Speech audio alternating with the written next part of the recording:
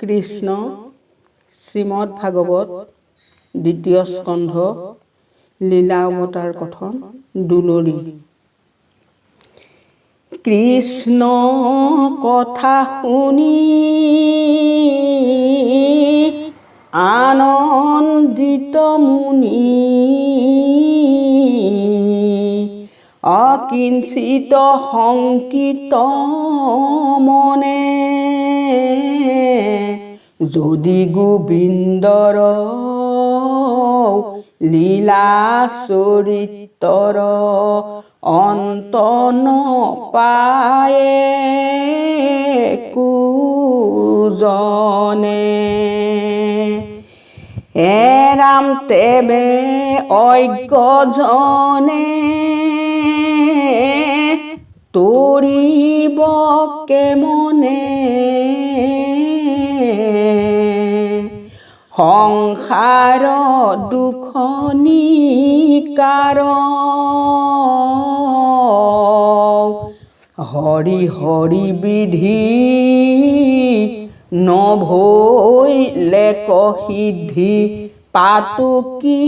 ৰই বাৰ ৰাম হাঁহিয়া বহমাই বোলে মুনিৰাই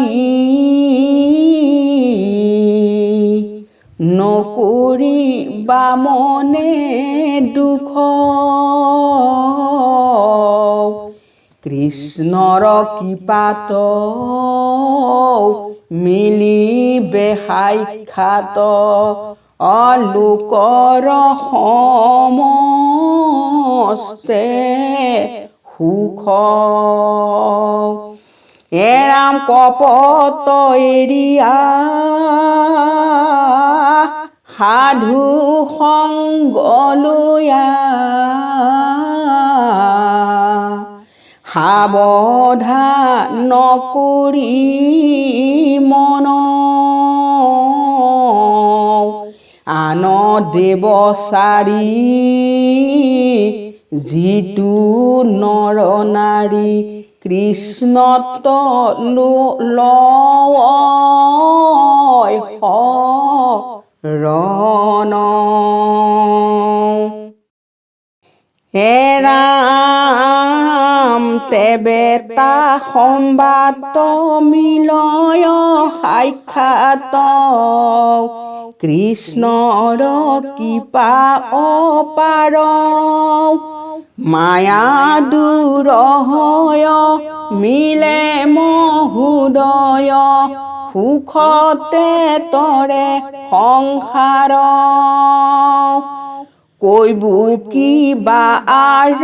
মায়া গুচিবাৰ প্ৰত্যক্ষে পাইবা প্ৰমাণ কুকুৰ চিগালে খাইবে যিটো দেহ তাত গুছে অভিমান ৰাম ভাৰ্যা পুত্ৰ ছয় যতে ক আশয় তাক মোৰ নুবুলয় মায়া ভৈল নাশ মিলিল উলাস ভুকুতি ভৈলা উদয় ৰাম যিহবে সাক্ষাৎ কৃষ্ণৰ কৃপাত মায়াক আশ্ৰয় তৰি কহোতো যোৱাগে শুনা অনুৰাগে মনে মাধৱ কৌধুৰী ৰাম মই মহেশ্বৰ প্ৰহ্লাদ কুমাৰ তুমি সনকাদি চাৰি শতৰূপাহুতি আহুতি পশুতি দেৱহুতি বৰ নাৰী হে ৰাম মনুস্বয়ম্ভুৱ প্ৰিয় বত ভূপ উতান পাদ আৱৰ প্ৰাচীন বহিষী ভূ অংগ যোশী ৰাজা ধুৰ্বহ বৰ এৰাম ইখাখু সগৰ গাধী নিপবৰ মুচুকুন্দৰ গৈ শতাংগ ভৰত অম্বৰী শৰথ অজপুৰুৰ বাজয় এৰাম মান্ধাতা যজাতি অৰ্লক হৰজাতি শতধনু এক ৰতি দেৱধীৰ ভীষ্ম বলি বীৰ দিলীপ আদি অনেক সৌৰভী উটংক ঋষি বিসংগ বশিষ্ঠ শুক গালৱ মৈত্ৰেয় অগস্থি পৰাশৰ শক্তি গৌতম ভিগু উদ্ধৱ এৰাম ভীম হনুমান গৃদ্ধ জাম্বুবান বিভীষণ আৰ্ষ্টিসেন অৰ্জুন বিদুৰ দ্ৰুপদ অসুৰ শতদেৱ উগ্ৰসেন এসম্বাক আদি কৰিয়ান লোক মায়া কতুৰিয়া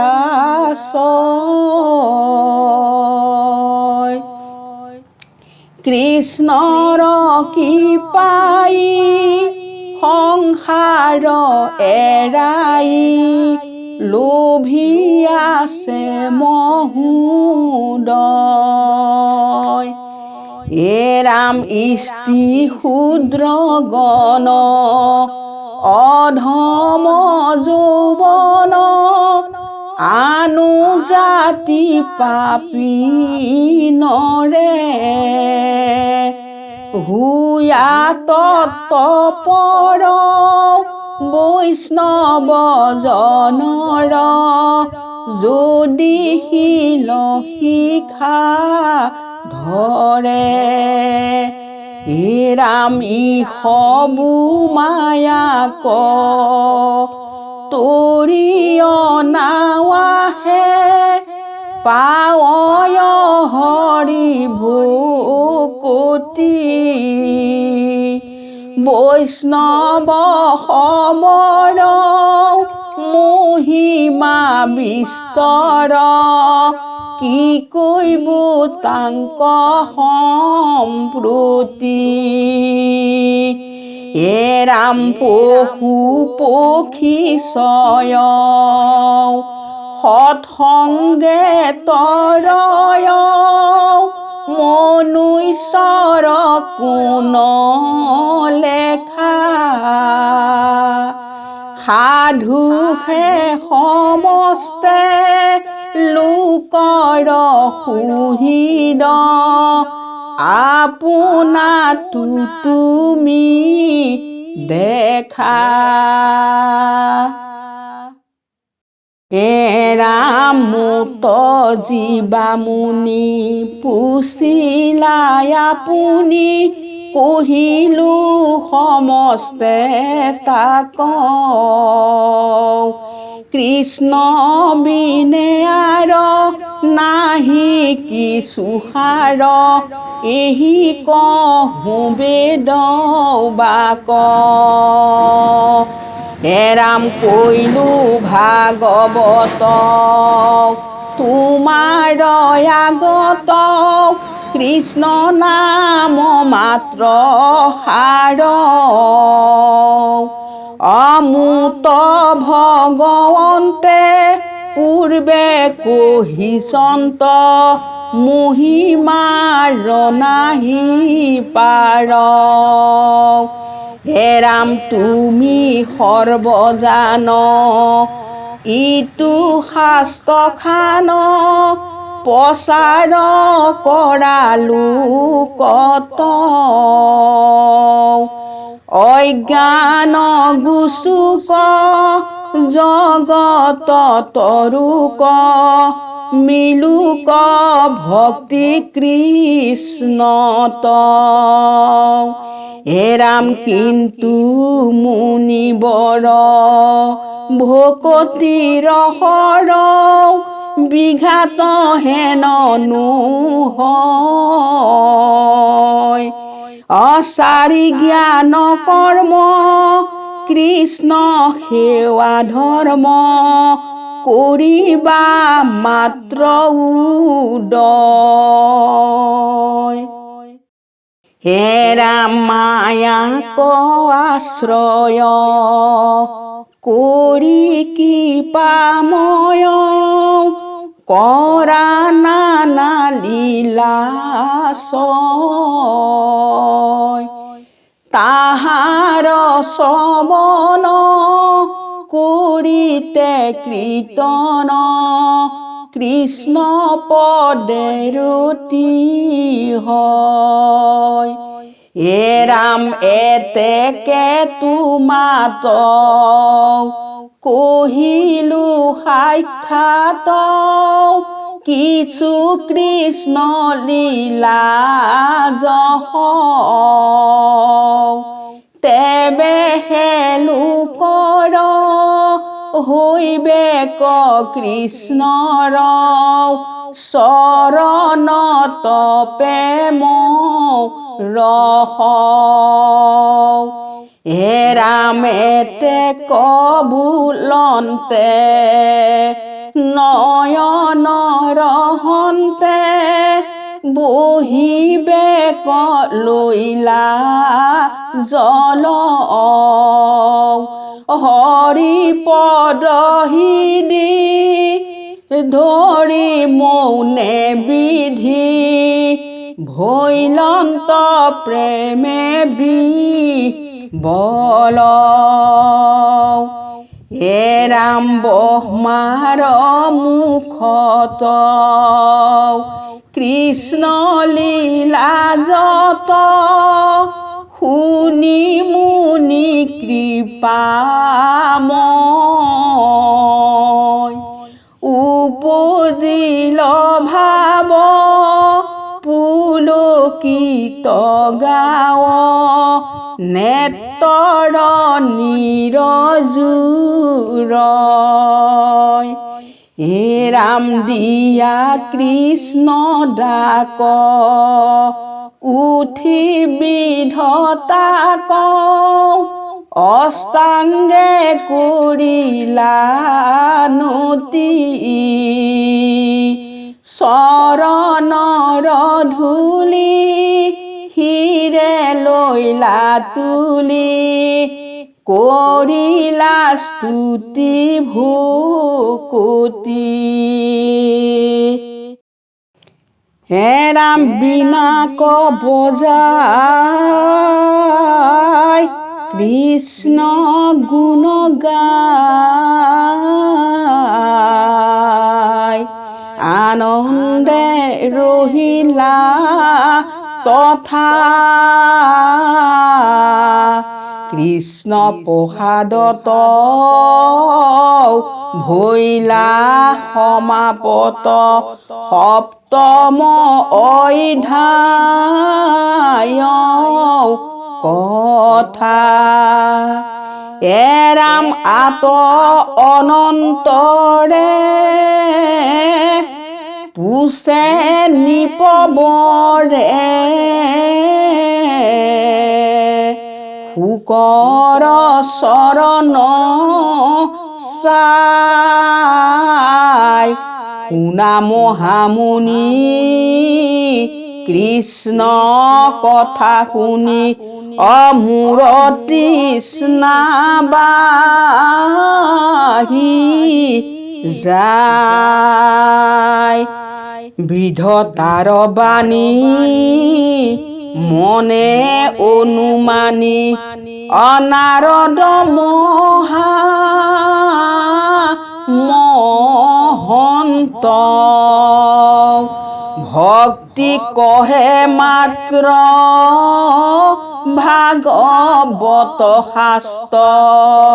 অজৈত জৈত কুহিলন্ত শিশৱ কথা কওঁ চাওঁ জানিবাক অকয়ো গুৰু কি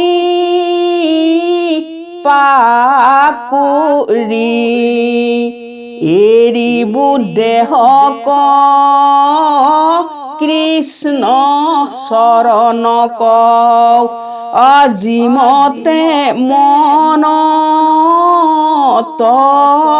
ধৰি অশ্ৰৱণ কীৰ্তন কৰে যিটো জন তাৰ হৃদি কমলত আতি অল্পকালে ভকত বৎসলে হৈবন্ত আহি বেকত ভক্তৰ হিয়াত থাকিয়া সাক্ষাৎ অহৰন্ত সমস্তে